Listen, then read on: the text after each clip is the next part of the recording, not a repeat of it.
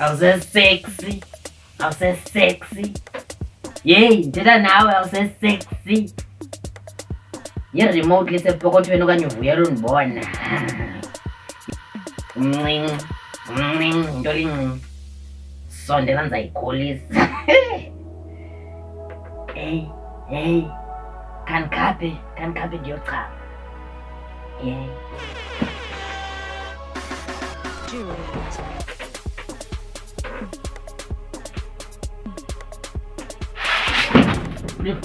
Andililanga ndiyacinga.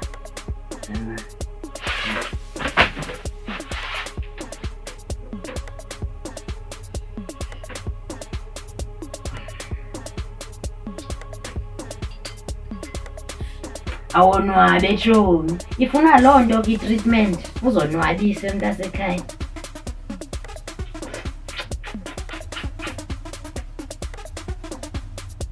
Futhi ungabinawari, andizoyithetha laa nto yoba umama uyathakatha.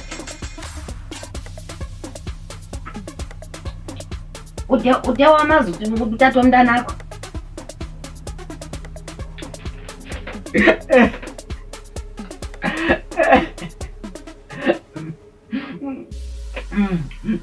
Kukhala ntoni?